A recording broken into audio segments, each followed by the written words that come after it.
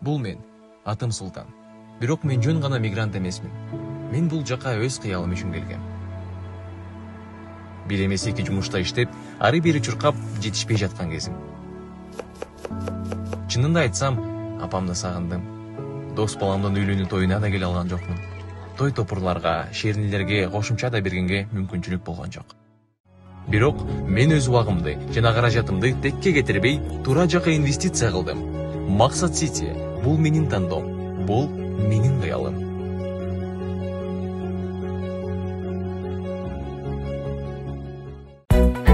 Саламатсыздар, урматтуу Чалкан медиа каналынын көрөрмандары, өлкөбүздө алынган акыркы сааттагы жаңылыктар менен сиздерди тааныштырабыз. Каналга катталып, ой пикирлериңиздер менен бөлүшүңүздөр.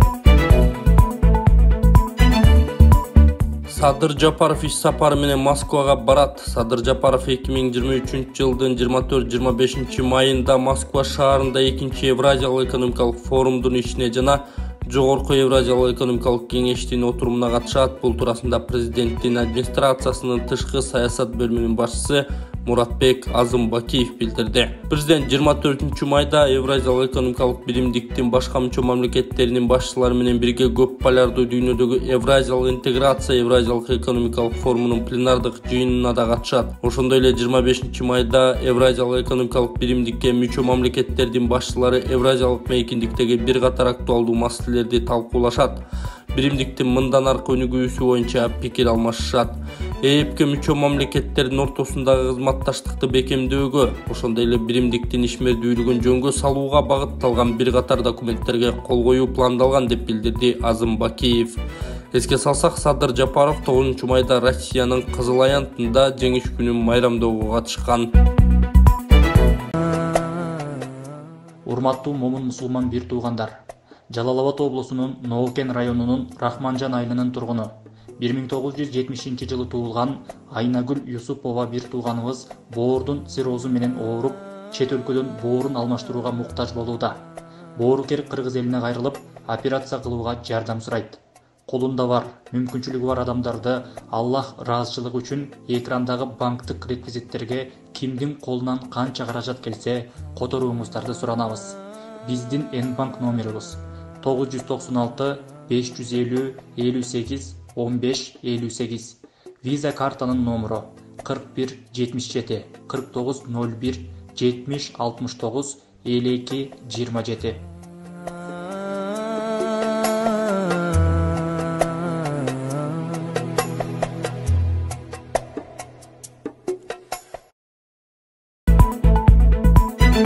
Аларча көрсөтүүнүнө чыган диктор Бактыбек Мамытовдун эстелиги коюлду. Кечээ Бишкектеги аларча көрсөтүүндө кыргыз телекөрсөтүүсүнүн легендасы, Кыргызстандын эл артисти Бактыбек Мамытовдун эстелигинин ачылышы болду. Бул туурасында Маданият, маалымат, спорт жана жаштар саясаты министрлигинен билдиришти. Иш-чарага мамлекеттик катчы Сүйүнбек Касманбетов, Маданият министринин биринчи орун басары Кайрат Иманалиев, диктордун үй бүлөсү, кесиптештери жана өнөр адамдары катышты. Эстеликтин ачылышында сүйлөгөндөр Бактыбек Мамытовдун бийик адамгерчилиги, кесипкөйлүүлүгү, ишке болгон жоопкерчиликтүү мамилеси тууралуу бир катар жылуу пикирлерди айтып, анын басып өткөн жолу жаштарга үлгү болушу керектигин белгилешкен. Чыган диктор былтыр 20 майда 72 жаш курагында дүйнөдөн өткөн. Жакын санаалаштар анын көптөн бери жүрөгү ооруп жүргөнүн айтышкан. Бактыбек Мамытов 1950 жылы 3 мартта Чүй облусунун Ысыката районуна караштуу Алмалуу айылында туулган. Теле жана радионун босогосун 21 жашында аттагандан тарта чыгармачылык менен алектенип келген. КТРКдагы Арнол концерти куттуктоо программасын алып баруучусу катары элдин эсинде калды. Кыргызстандын эл артисти, даңк медалынын ээси, жогорку категориядагы диктор. Таркович курама командага Байматовду эмнеге чакырганын түшүндүрдү. Кыргызстандын футбол боюнча улуттук курамасынын жаңы баш машыктыруучусу Штефан Таркович экс-капитан Азамат Байматов эмне үчүн кайра командага чакырылганын айтып берди. Ал белгилегендей, Байматовдун ролу командага эң пайдалуу жана мыкты оюнчуларды тартуу. Ал акыркы оюндарда улуттук курама 9 гол өткөрүп жибергендигин, анын 6 стандарттуу абалдан болгондугун, ошондуктан коргонууда узун бойлуу оюнчулар керектигин эске салды. Менин болжолум боюнча Азамат Байматов бул позицияга идеалдуу келет. Албетте башка оюнчулар бар. Булар Кичин, Акматов, Браузман жана Козубаев. Бирок тилекке каршы Кичин бизге биринчи оюнда жардам бере албайт, деди машыктыруучу. Эске салсак, Таркович 1-июндан 9-июнга чейин Бишкекте машыгууларды өткөрө турган Кыргызстандын улуттук курама командасына чакырылган оюнчулардын кеңейтилген тизмесин жарыялаган.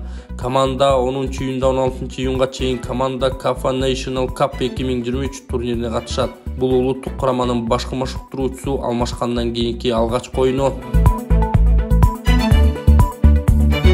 Араванда айыл башчы мыйзамсыз токтомдорду чыгарганга шектелүүдө. Ош облусунда айыл өкмөт башчысы кармалды. УКМКнын маалыматына караганда, жергиликтүү атка минер кызмат абалынан кыянаттык менен пайдаланганга шектелүүдө. Кабарлангандай, 2022 жылдын 14 февралында Тепе Коргон айылынын башчысы ММА башка кызмат адамдары менен жең учунан сүйлөшүп алып, жер участогун суга тайдоо жерлери категориясынан жеке турак жай куруу категориясына которуу жөнүндө токтом чыгаргандыгы аныкталган.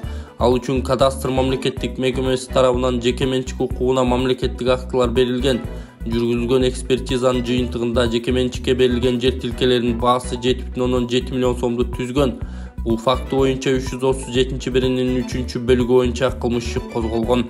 Ушул жылдын 17 майында аталган кылмыш иштин алкагында Араван районунун Тепе Коргон айылынын башчысы кармалып, Кара Суу райондук ички иштер башкы башкармалыгынын убактылуу кармоочу жайына киргизилди. Учурда бул кылмышка тиешеси бар башка кызмат адамдарын аныктоо боюнча тергөө амалдары улантылууда. Толубай Бакасовдун ден соолукту чыңдоо борбору.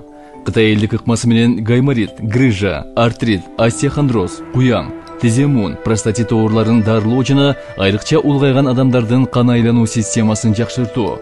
Мындан сырткары бизде косметология жана ашыкча салмакты кетирүү процедуралары бар.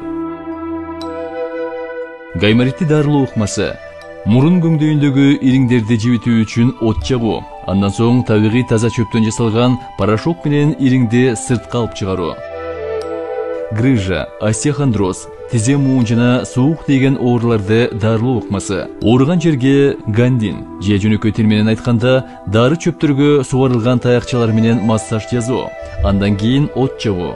От жаккан соң атайын табигый чөптөрдөн жасалган дары майларын шыбап, денедеги токсин, туз жана вирустарды чыгаруу. Дарылоо мөөнөтү болжол менен 10 күн. Келип 100% кепилдик менен ден соолугуңузду чыңап кетиңиздер. Кененирээк маалымат алуу үчүн экраныңыздардагы номерге кайрылыңыздар.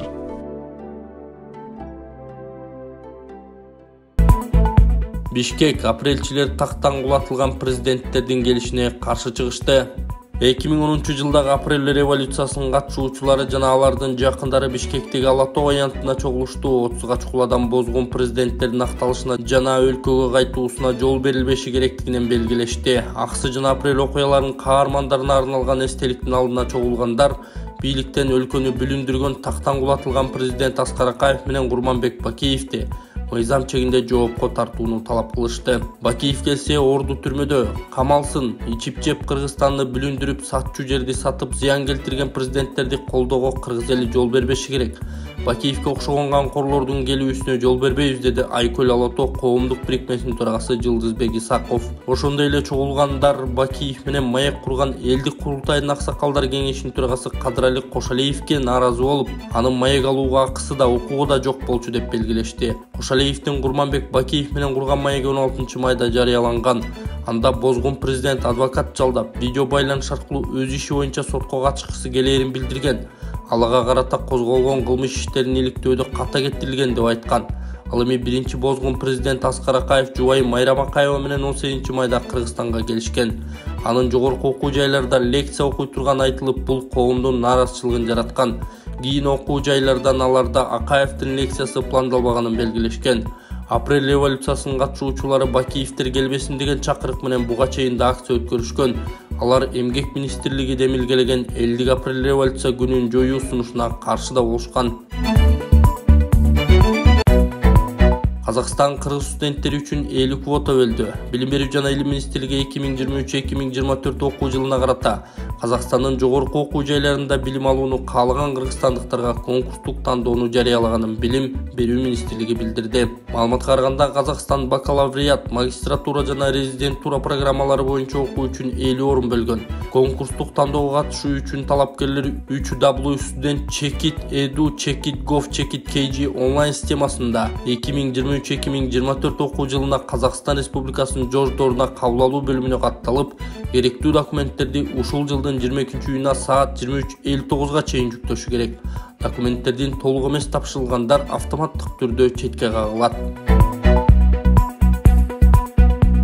Россия Федерациясы менен Кыргызстандын абадан коргонуучу тутумун түзүү Мамдума келишимди жактырды. Мамлекеттик дума Орусия менен Кыргызстандын абадан коргонуучу биргелешкен аймактык системасын түзүү боюнча келишимди ратификациялады. Документ жааматтык коопсуздуктун Борбор Азия аймагындагы аба мейкиндигинде эки өлкөнүн чек арасын коргоо маселелерин жөнгө салат.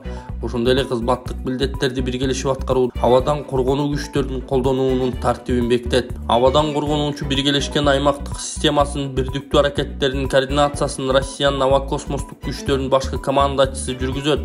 Буга чейин Россия Федерациясынын өкмөтү Кыргызстан менен Орусиянын аба чабуулунан коргонуунун бирдиктүү тутумун түзүү жөнүндө макулдашууну президент Путиндин кароосуна койгон. Андан соң документ мамлекеттик думага жөнөтүлгөн. Кыргызстан менен Евробиримдик жаңы келишимге кол коюшту. 23 майда экономика министрлигинин сайтында министр Данияр Амангелдиев менен Евробиримдиктин жакынкы чыгыш Азия жана Тынч океан боюнча директору Петерис Узбус Кыргыз Республикасындагы жашыл экономика программасынын каржылоонун алкагында макулдашууга кол коюшту. Экономика министрлигинин басма сөз кызматы билдиргендей, экономика министрлиги менен Евробиримдиктин делегациясынын ортосундагы каржылык макулдашууга кол коюу аземи программанын донор өлкөлөрүнүн өкүлдөрүнүн катышуусунда өткөн. Жакынкы чыгыш Азия жана Тынч океан аймагынан Петерис Узбус Евробиримдигинин Кыргызстандагы элчиси Мерилин Иосефсон, Германия Федеративдүү Республикасынын Кыргызстандагы элчиси Габриэль Геллил жана Швейцариянын Кыргызстандагы элчиси Оливье Мангертер, ошондой эле ЭБНин башкы расмий өкүлдөрү катышуучуларды экономика министрлигинин атынан жана жеке өзүнүн атынан куттуктап жатып, министр Амангелдиев чет элдик өнөктөштөрдүн бардык мүчөлөрүнө, кесиптештерине көп эмгекти жана убакытты талап кылган документти биргелешип иштеп чыгууда эмгек үчүн ыраазычылыгын билдирген. Кыргызстанда жол инспекторлары бир жума бою рейд өткөрөт. Өлкө аймагында техникалык абал жана коомдук транспорт аталышында рейд башталды. Бул тууралуу жол кыймылынын коопсуздугун камсыздоо башкы башкармалыгы билдирди. Аталган иш-чара 31 майга чейин өткөрүлөт. Рейдте коомдук транспорт катышкан жол кырсыктарын алдын алуу, ылдамдыкты ашып айдоого жол бербөө, техникалык абалын, үн чыгаруучу, жарык берүүчү каражаттарын, отургуч, тоормаз газ кыймылдаткыч текшерүү жүргүнчүлөрдү ташуу учурунда эмгек жана эс алуу талаптарынын аткарылуусун көзөмөлдөө каралган. Ошондой эле коомдук транспорттардын айдоочулары эртең менен каттамга чыгууда сөзсүз наркологиялык бөлүмүнөн өтүп, кан басымы текшерилип, унааларынын атайын техникалык кароодон өткөнү текшерилет. Андан сырткары акыркы коңгуроо учурунда мектеп бүтүрүүчүлөрдүн эс алуу жайларына алып барбоо боюнча текшерүү жана түшүндүрүү иштери жүргүзүлөт.